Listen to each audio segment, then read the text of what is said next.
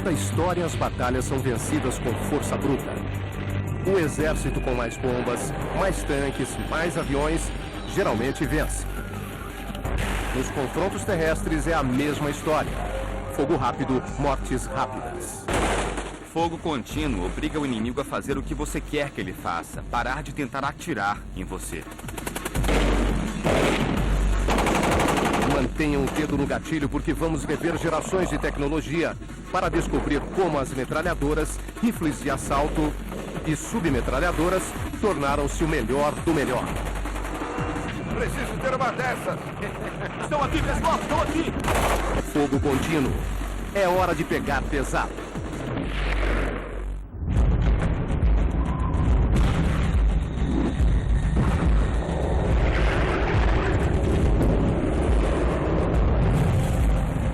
Armas e táticas. Fogo rápido.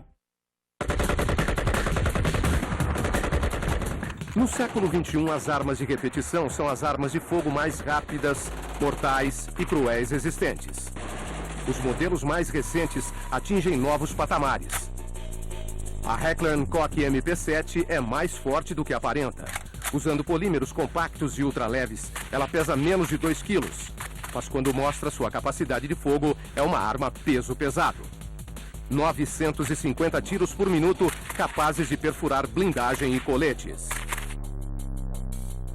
O poder de matança elevou-se estupidamente. Atualmente fabricada para as forças especiais alemãs, a MP7 foi projetada como uma arma de defesa pessoal. Pequena para enfrentar combates curtos, mas forte o suficiente para derrubar o inimigo.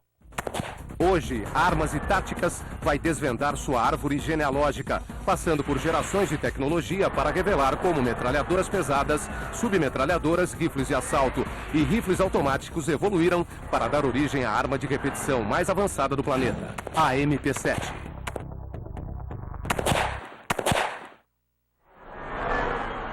A origem do fogo contínuo data da década de 1860, quando Richard Gatling, que se auto-intitulava pacifista, revelou sua 11ª patente. Uma arma tão terrível que tornaria impossível uma guerra. Richard Jordan Gatling se concentrou no problema do fogo contínuo. Ele acreditava ser possível contornar a dificuldade de alimentar um cano simples, que sempre foi o problema. Agora, como disparar e alimentar rápido o cano simples de uma arma? Ele resolveu com a adição de outros canos, que foi uma ideia realmente fantástica. Gatling era obcecado por movimentos cíclicos. Ele projetou hélices de navios, moedores de trigo, rodas de bicicleta e, sem pudor, a primeira arma de repetição da história. Ele descobriu uma maneira de girar uma roda e disparar por múltiplos canos, múltiplos tiros instantaneamente. Assim que girava a alavanca, ela disparava, e não por um cano, mas por vários canos. Conforme ela girava, disparava por um cano, depois o carregava, e o próximo cano vinha pronto para ser carregado e disparado. A invenção de Gatling representou uma nova filosofia de guerra. Força humana mínima, poder de fogo máximo. É isso aí, podem atirar!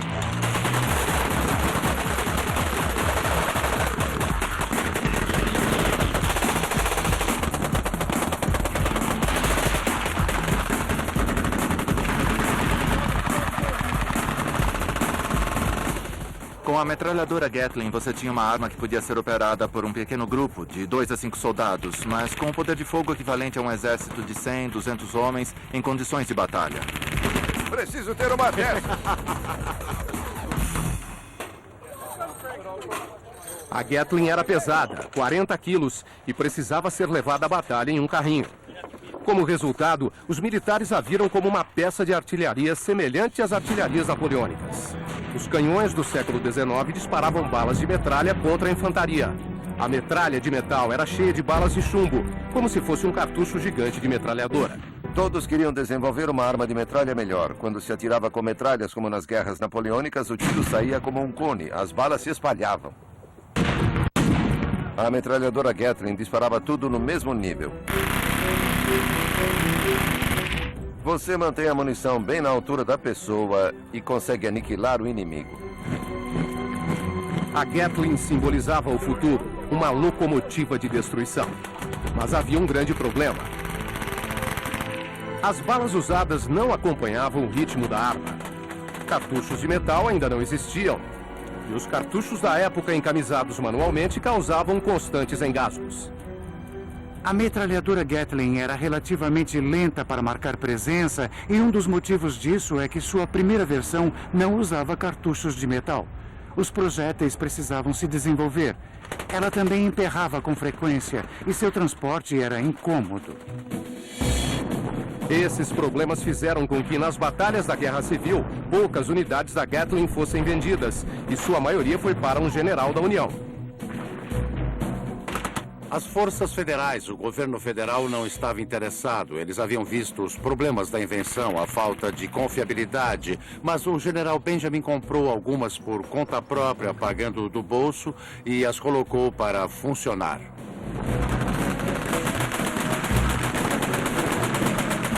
Butler comprou 12 Gatling a $1.000 cada uma. Na Batalha de Pittsburgh, ele causou destruição nas forças confederadas e fez as táticas tradicionais parecerem inúteis. Eles dependiam do combate linear do ataque para frente. E a metralhadora Gatling derrubava o máximo de soldados possível. Eles podiam derrubar um batalhão rapidamente se contassem com 2 Gatling atirando.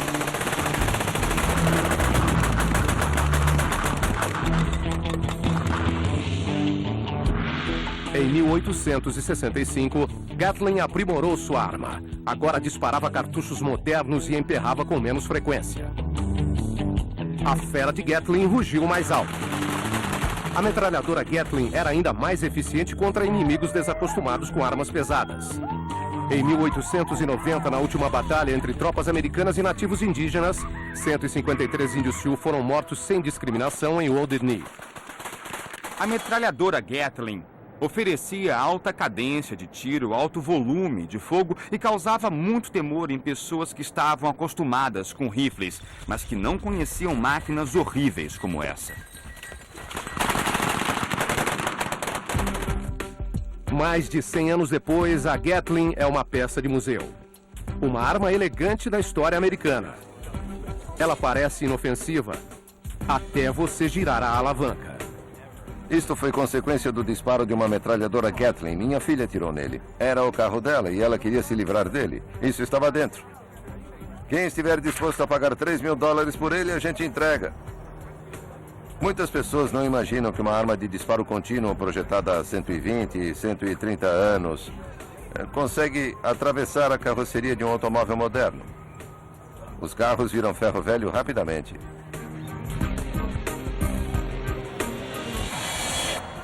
Gatling alegou que inventou a arma para acabar com as guerras. Mas no fim do século XX, ele se tornou o Henry Ford da morte industrializada. Mas a invenção de Gatling eventualmente foi superada por uma arma de repetição ainda mais destrutiva. Desde que mantivesse o cano resfriado com água fresca, podia continuar matando.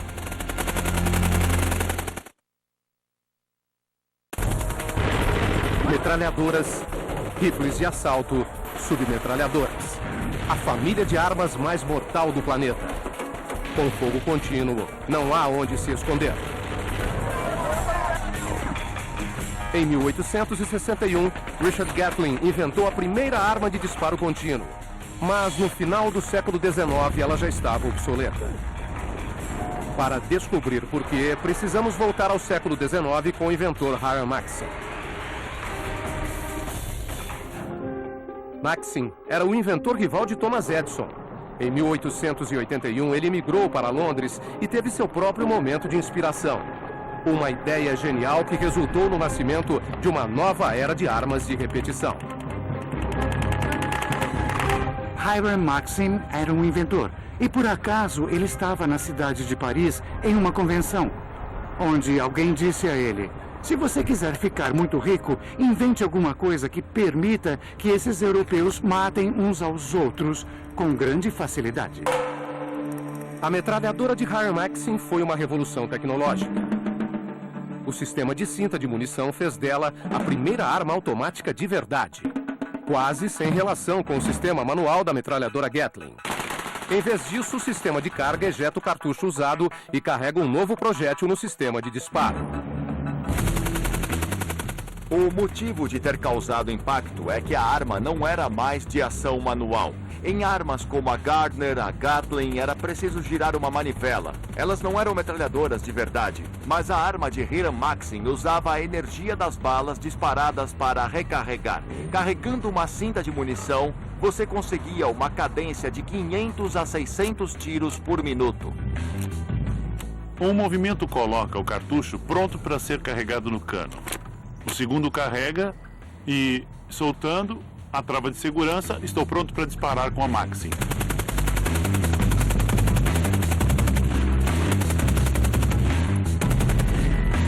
É isso aí.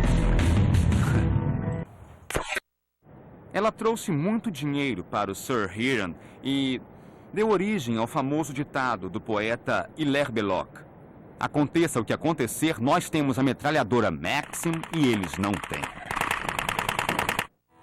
No século XX, o mercado para a metralhadora Maxim era enorme. Tensões entre as maiores potências mundiais criaram um fortalecimento militar em larga escala. E os americanos, alemães, franceses e ingleses todos investiram no projeto de Maxim. Lá para o ano de 1900, a maioria das potências tinha arma de Maxim na proporção de 2 unidades por batalhão. São 2 metralhadoras para cada 1000 soldados. Ela era pesada, era incômoda, ninguém sabia como usá-la, mas de uma maneira profunda e significativa, ela traçou o rumo das guerras. A nova metralhadora automática causou reviravolta nas táticas de combate. Por centenas de anos, os exércitos atacaram em grandes grupos, mas a metralhadora Maxim mudou esse cenário. Era bom demais para ser verdade. Você podia disparar 300, 400 tiros seguidos de uma só vez. E se você estivesse enfrentando um exército de 300 homens, não demoraria muito para matar todos eles. E quando os dois lados fazem a mesma coisa, o seu enorme poder de fogo vira supérfluo. Apesar de sua letalidade, a Maxim era muito pesada para combates terrestres. Ela exigia um enorme tripé e uma equipe de 2 a 4 homens para operá-la. Mas a Primeira Guerra Mundial pode ter sido esquematizada com o monstro de Sir Hiram em mente. A metralhadora estava prestes a entrar para a história.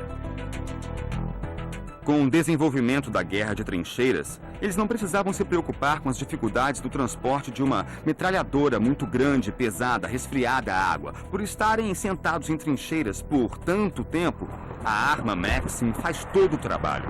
Você podia ficar sentado o dia todo na trincheira com a metralhadora Maxim, atirando em quem quer que aparecesse para importunar. Desde que mantivesse o cano resfriado com água fresca, podia continuar matando. A metralhadora Maxim causou estrago dos 2 lados do conflito. Mas foi a invenção de um simples equipamento agrícola que fez desta metralhadora o terror das trincheiras. Voltemos 2 gerações em uma fazenda de Illinois com Joseph Glidden, o inventor do arame farpado.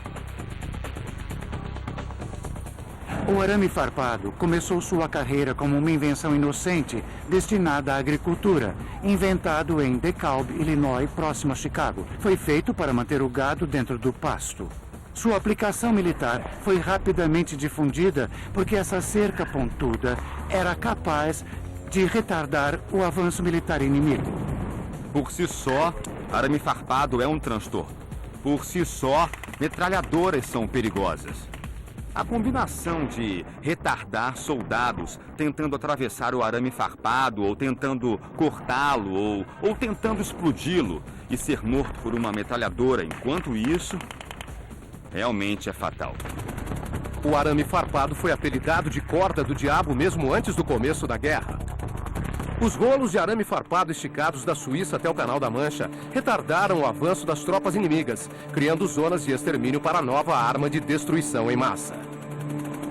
Arame farpado e metralhadora. Uma combinação diabólica. Eles enviavam pessoas para cortar o arame farpado antes das batalhas, mas seria preciso fazer isso em grande escala. Sempre havia o risco de o arame farpado cortado ser seletivo. Em outras palavras, tudo o que você conseguiria fazer eram buracos na cerca. E a infantaria de ataque se concentraria nessas aberturas.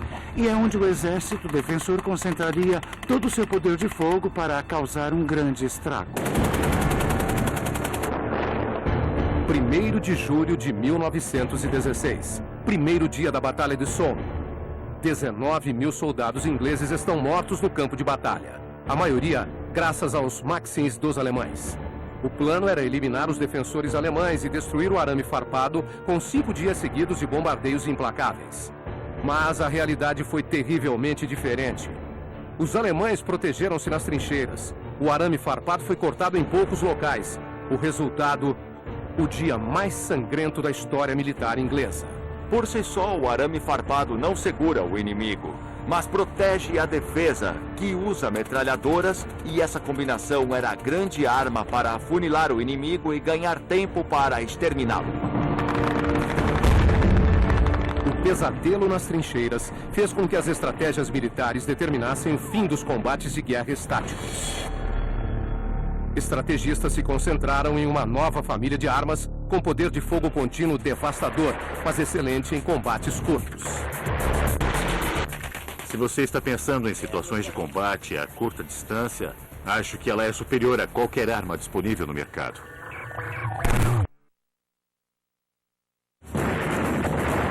O campo de batalha é um turbilhão de metal. Milhões de balas. Milhões de mortos. Rifles de assalto, metralhadoras pesadas e rifles automáticos exercem importante papel na carnificina. Mas o que acontece quando o tamanho poder de fogo é entregue a um soldado comum?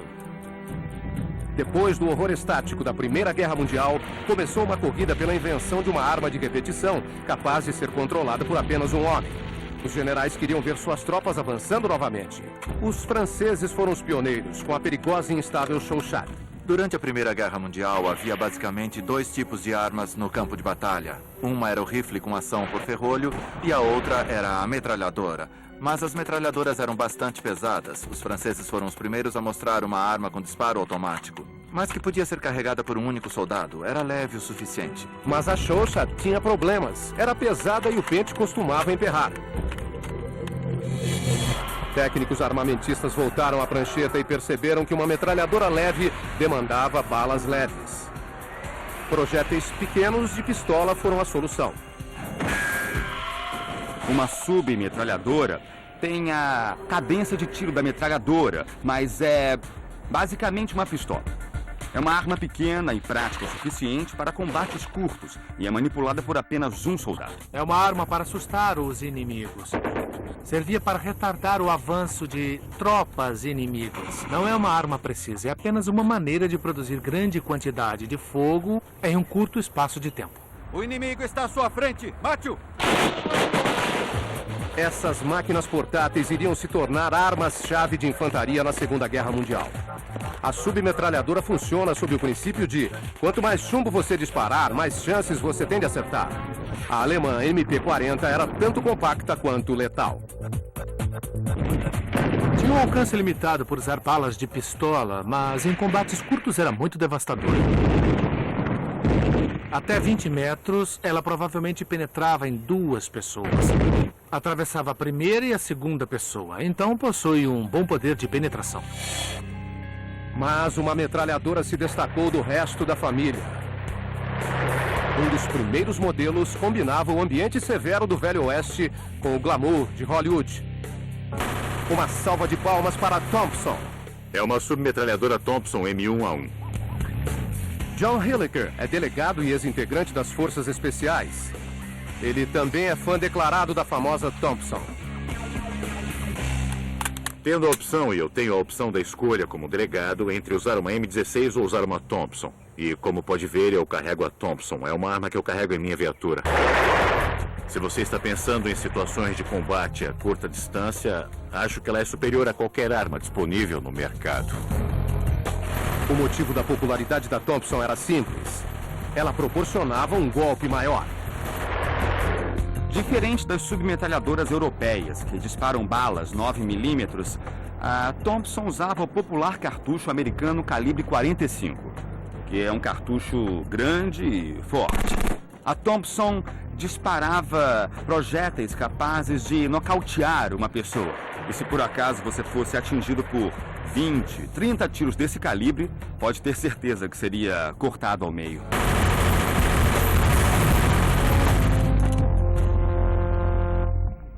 O projetista general John Thompson descobriu que uma bala maior e mais lenta era capaz de causar mais estrago do que um projétil bem mais veloz. O homem que fez isto aqui, Thompson, realizou uma série de experimentos em 1904. Thompson concluiu que a única maneira de conseguir dados confiáveis seria testando em carne de verdade. Então, ele usou novilhos de um matadouro próximo.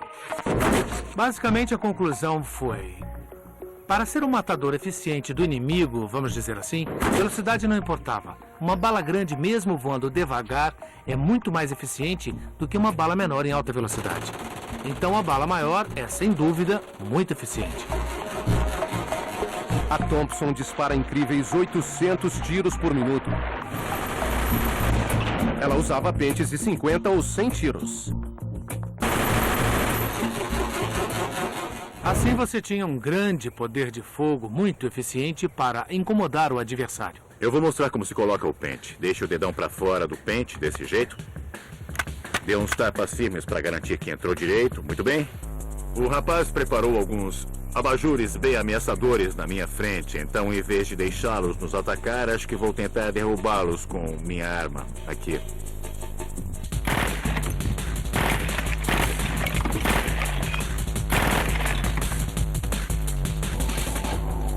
Num ambiente urbano, é uma arma muito confortável para ser disparada apoiada no ombro ou até mesmo na cintura. E depois de atirar várias vezes, você consegue uma boa precisão.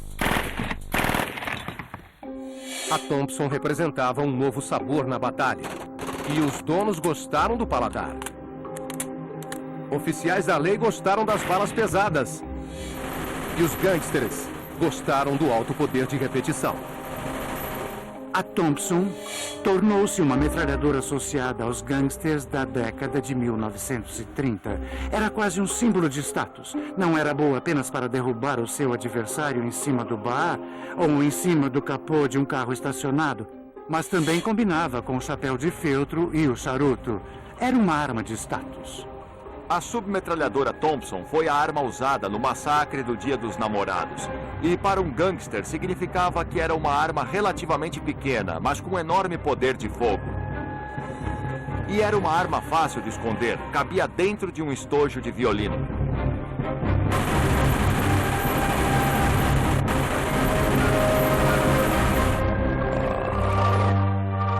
Mas nem todo gangster queria uma Thompson.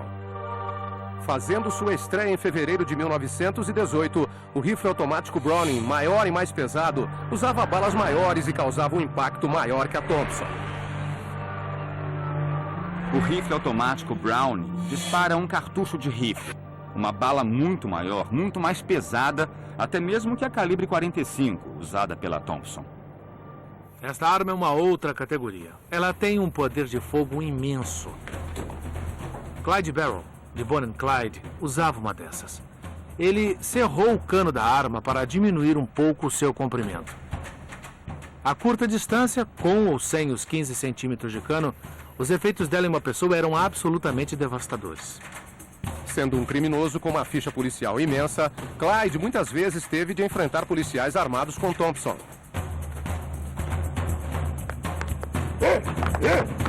Em mais de uma ocasião, ele virou a mesa contra os inimigos, graças ao poder da Brown.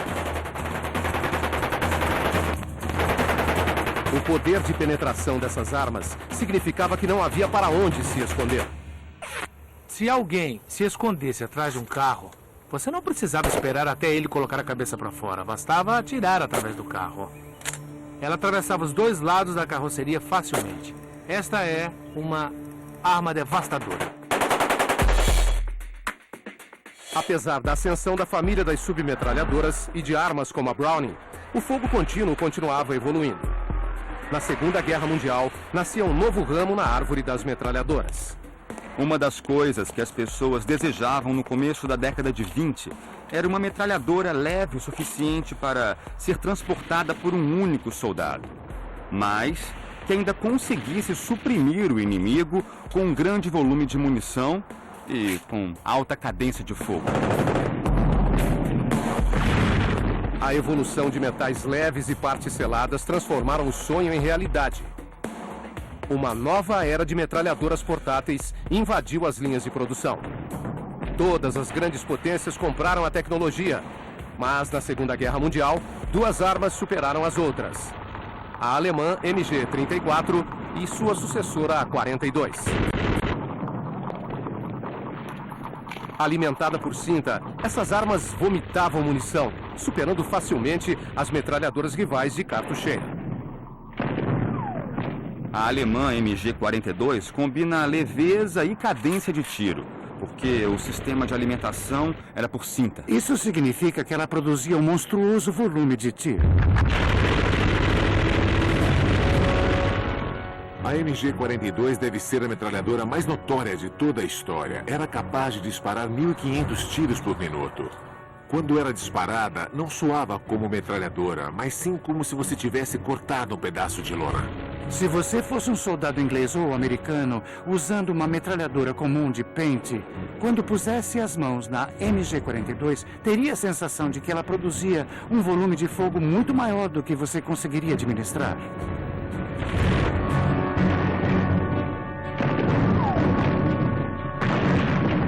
De junho de 1944, dia D. Tropas americanas desembarcam na praia de Omaha, na Normandia. Tropas alemãs armadas com MG-42 recebem o desembarque americano com um tsunami de chumbo. Apesar de os alemães estarem em menor número, o resultado do conflito foi incerto até o final. Um único soldado alemão disparou 12 mil tiros naquela manhã, matando centenas de soldados americanos. A grande vantagem que cada unidade alemã tinha na Segunda Guerra Mundial com o uso da MG-42 era seu imenso poder de fogo. Não importa quantas metralhadoras Brain ou metralhadoras russas você tivesse, os alemães conseguiram disparar mais tiros que os inimigos. E quando se enfrentava aos alemães, aquela arma era muito eficiente e extremamente desmoralizante. Armas de grande repetição dominavam os campos de batalha. Mas o nascimento de uma nova era de armas mudaria essa realidade. A metralhadora Gatling, considerada morta desde 1900, voltava ativa em uma forma ainda mais letal. O buraco de entrada é pequeno, mas o buraco de saída é enorme. Os pobres soldados dentro do tanque jamais sobreviveriam.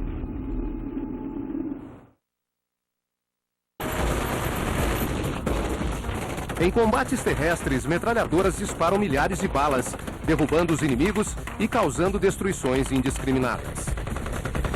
Mas usada no ar, elas causam uma destruição ainda maior. Tudo isso graças a uma tecnologia que havia morrido 100 anos atrás: a metralhadora Gatling. Pilotos de caça, de jatos, descobriram que se você usasse uma metralhadora calibre 50 ou um canhão automático calibre 20 de cano simples, com o avião fazendo um rasante no chão ou sobre o fogo ou bombardeio inimigo, o tempo gasto no alvo era muito pequeno. São 2 alvos. E o que aconteceu é que a velha tecnologia, a metralhadora Gatling de cano múltiplo, foi reintroduzida e renasceu como o canhão Vulcan. Podia ser chamada de Vulcan, mas com esse anjo da morte voando no céu, você não viveria muito e com certeza não sobreviveria. Mas como a metralhadora manual saiu da aposentadoria para causar tanta destruição? A resposta: eletricidade. O canhão aéreo Vulcan, um canhão de 20 milímetros, que do ponto de vista da engenharia era quase igual à metralhadora Gatling, mas disparava muito mais rápido. Motores elétricos modernos, impulsionando a velha mecânica da metralhadora Gatling, proporcionavam uma imensa cadência de tiro.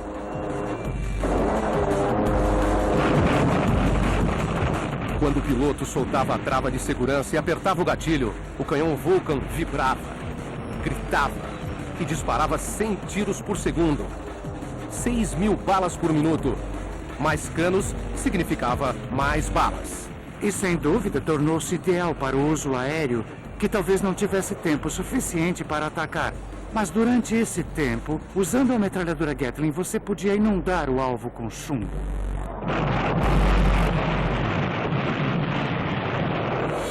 Metralhadoras Gatling movidas à eletricidade fizeram sua primeira aparição em caças da década de 1950. Mas foi na década de 1970 que a metralhadora Gatling atingiu seu verdadeiro potencial, com o nascimento do mais terrível armamento dos campos de batalha modernos. Ele foi desenvolvido pela Fairchild, com 2 motores enormes. Originalmente nomeado como Thunderbolt II, os pilotos o chamavam de Javali. Forte, feio, brutal, uma fera. Sem beleza nenhuma, este avião era adorado pelos que o pilotavam por um único motivo. O A-10 literalmente foi construído em volta do canhão Avenger. É um pouco mais do que uma metralhadora Gatling voadora. Podemos ver, quando olhamos a parte que realmente interessa, são 7 canos rotativos. É o mesmo conceito básico da metralhadora Gatling original. É extremamente letal. Dispara um projétil deste tamanho. A opção de usar a ponta de urânio empobrecido, que significa um cartucho anti-blindagem incendiário. É o que eu chamo de um belo abridor de latas. O projétil de urânio empobrecido foi feito com uma coisa em mente: aniquilar tanques soviéticos.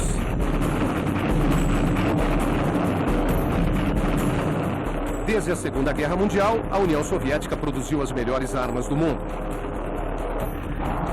O A-10 nasceu graças ao medo de que inúmeros tanques e tropas comunistas invadissem a Europa Central. O que descobrimos depois que os documentos soviéticos foram revelados é que o maior item de preocupação dos soviéticos em qualquer ataque feito na Europa Oriental era o A-10. Era uma arma muito letal. O A-10 nunca teve chance de provar seu valor contra os tanques russos, mas se sobressaiu em operações de combate em ambas as guerras do Golfo. Esta é uma blindagem de um tanque moderno. O buraco de entrada é pequeno, mas o buraco de saída é enorme. Os pobres soldados dentro do tanque jamais sobreviveriam. O A-10 foi projetado especificamente para dar assistência às tropas terrestres, por voar baixo, por aniquilar tropas inimigas em solo, capaz de absorver retaliação, e por ter sido construída em volta de uma arma tão poderosa. No fundo, a verdade é que apenas 2 aviões A-10 podem acabar com toda uma unidade. E se não houver suporte aéreo para as tropas terrestres, elas estarão condenadas a desaparecer. O novo canhão não era exclusivo dos caças de guerra. Apenas o incrível poder de fogo da metralhadora Gatling poderia transformar um simples meio de transporte em um assassino impetuoso. Depois de mostrar no canhão Vulcan 20mm que você disponibilizava de uma assustadora cadência de tiro no conceito da Gatling, versões cada vez menores da arma Gatling foram fabricadas. Eles foram colocados em aeronaves como os helicópteros Huey e em aviões de transporte Hércules. Eles foram convertidos instantaneamente em destruidores implacáveis. O que eu estou mostrando é a GAU-2, mais conhecida como GAU-2. É uma arma estilo Gatling. Tem 6 canos e foi usada principalmente na Guerra do Vietnã. Provavelmente foi uma das máquinas de ataque aéreo mais forte. Eficiente no combate individual. A cadência de tiro, teoricamente, podia chegar a 6.000 tiros por minuto.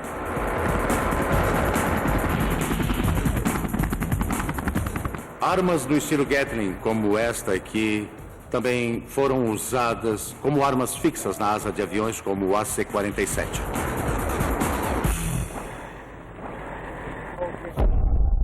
No combate terrestre ou aéreo, a Gatling é uma lenda. Depois de um século de carnificina, seus canos continuam girando. Mas as armas de fogo sempre estão evoluindo. No século XX, técnicos armamentistas concentraram-se pesadamente em um novo ramo da família das armas de repetição: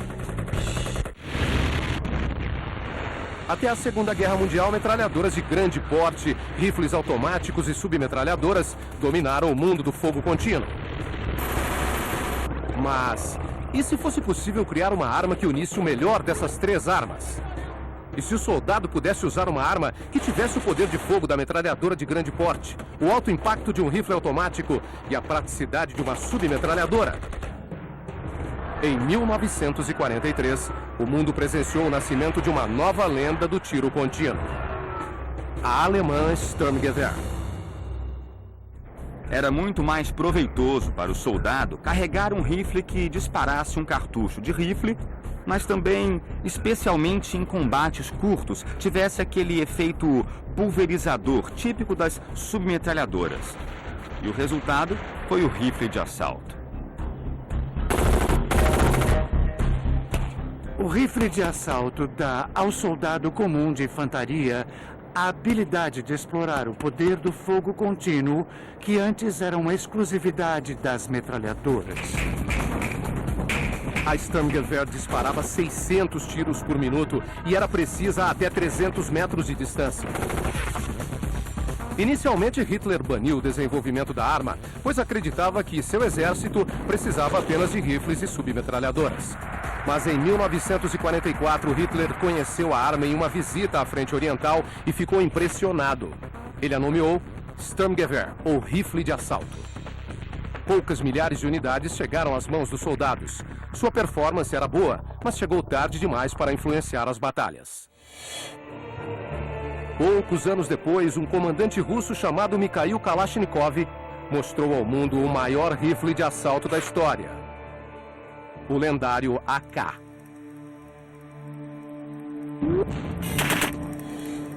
A genialidade de Kalashnikov foi em reconhecer que era preciso criar uma arma que fosse apropriada para um soldado comum do exército.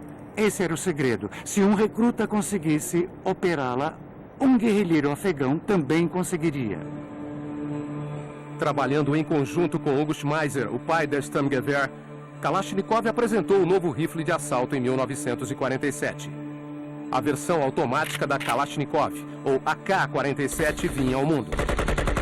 Da Sturmgewehr da Segunda Guerra Mundial, os russos desenvolveram um rifle de assalto não apenas para poucos soldados de elite, mas para qualquer soldado comum, dando origem ao rifle AK-47 e suas diversas variações. Talvez tenha sido a arma de combate mais democrática de toda a história. Assim como a Sturmgewehr, a AK-47 disparava 600 tiros por minuto e era eficiente até 300 metros. Eram armas idênticas? Não. Fabricada com incrível tolerância, a AK encarava areia, lama e água, mas nunca engasgava. Mesmo hoje, por todo o mundo, nós vemos rifles Kalashnikovs, feitos de partes incompatíveis, onde você pode ter um receptor chinês e um cano iugoslavo e todas essas peças montadas como se fosse uma arma Frankenstein, mas ainda capaz de disparar tão bem quanto o projetista, o Sr. Kalashnikov, pretendia. Um soldado armado com uma AK-47 sabe que se erguer a arma e atirar, tem aproximadamente 99% de chance de atirar de primeira todas as vezes. Vamos demonstrar.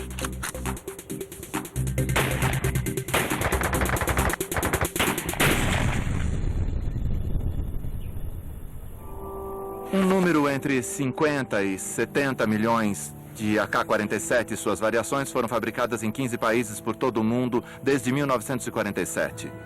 Você pode comprar uma por $15 em um bazar na capital da Somália. Acho que eles vão sobreviver pelo menos por mais uma geração.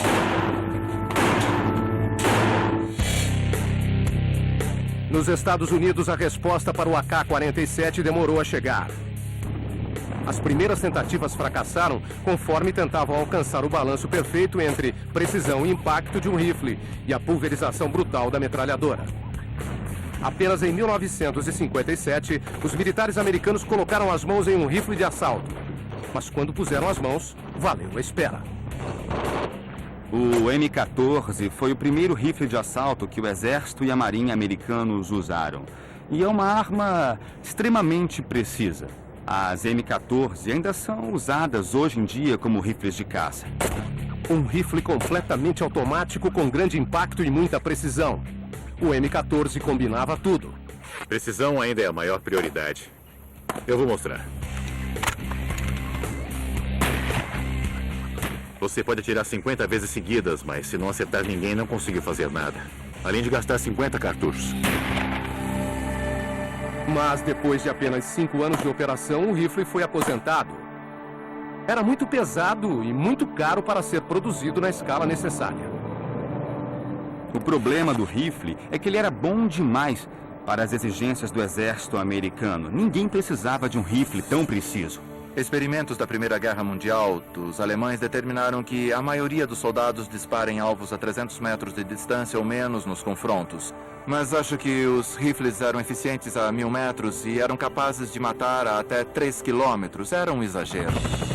Projetistas americanos, liderados por Eugene Stoner, prepararam-se para produzir um rifle que fosse mais leve, possuísse um maior volume de fogo, mas que também fosse preciso em curtas distâncias. O resultado foi o M16. Feito de aço, alumínio e componentes plásticos, disparava uma bala pequena de 5,56 milímetros e pesava apenas 3 quilos. Um pouco mais da metade do peso da Kalashnikov. Era um peso leve, fácil de transportar, mas não convenceu os soldados em guerra. Quando o M16 foi adotado pela primeira vez pelos militares americanos em 1965, os tradicionalistas odiaram, parecia um brinquedo, dava a sensação de brinquedo. E não parecia que a bala seria eficiente em combate, porque era de alcance relativamente curto e não parecia ter muita força. Quando eu estava no exército usando o M16, ele não parecia ter o poder de fogo que uma arma militar deveria ter. Nós o chamávamos de Mattel 16, porque era feito de plástico. Para mim, naquela época, era um lixo de arma. A M16 é uma daquelas armas que é ou amada ou odiada. E muitos soldados no Vietnã odiaram. Foi dito a eles que não era preciso kits de limpeza para o M16. Era um rifle tão avançado que nunca enterrava. Mas no campo de batalha, o M16 não era nada confiável. Odiávamos, porque se juntasse sujeira, lama ou areia nele, o que é muito comum durante uma batalha, ele começava a falhar. As cápsulas explodiam no pente. E a única maneira de tirar a cápsula era com uma vareta de limpeza. Então, imagine em plena batalha você ter de limpar a arma a cada 3 disparos. Na época foi um pesadelo para os fuzileiros. 9 de nós sofremos com o M16 engasgando em pleno combate. Quase morremos. O problema de emperrar foi eventualmente resolvido com a incorporação de cano e câmara cromados, que eliminou a corrosão e os cartuchos engasgados. Kits de limpeza também eram um problema e um botão de auxílio foi acrescentado. Reprojetado como M16A1, o rifle renascia. O M16A1 foi um rifle muito eficiente e muito poderoso. Hoje a M16 é uma arma muito diferente porque foi aperfeiçoada. Em pouco tempo tornou-se a Suite 16. Estão aqui, pessoal! Estão aqui! Os rifles AK-47 e M16 dominaram o quesito fogo contínuo por meio século. Mas para sobreviver é preciso se adaptar. É o que o rifle de assalto MP7 está fazendo. Uma arma de combate futurista, a MP7 é mais leve e curta do que a AK ou M16. Mas também causa um grande impacto, disparando cartuchos anti-blindagem de 4,6 por 30 milímetros. Combinando praticidade, precisão e poder de fogo, a MP7 é o futuro do fogo contínuo. O produto final de tudo que foi aprendido com o passar dos anos. Agrupados, os ramos de sua árvore genealógica refletem sua gênesis única. Richard Gatling foi o pai da primeira metralhadora. O casamento das armas Maxim com arame farpado mudaram as batalhas terrestres. Submetralhadoras deram um novo poder de fogo para os soldados. E rifles de assalto deram origem a uma nova geração de armas de repetição. O resultado? A MP7. Como armamento, é o topo da árvore.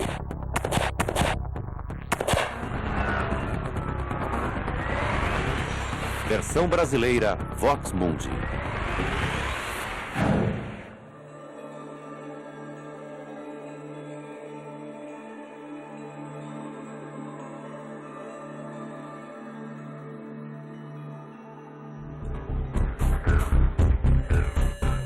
matando 2 deles.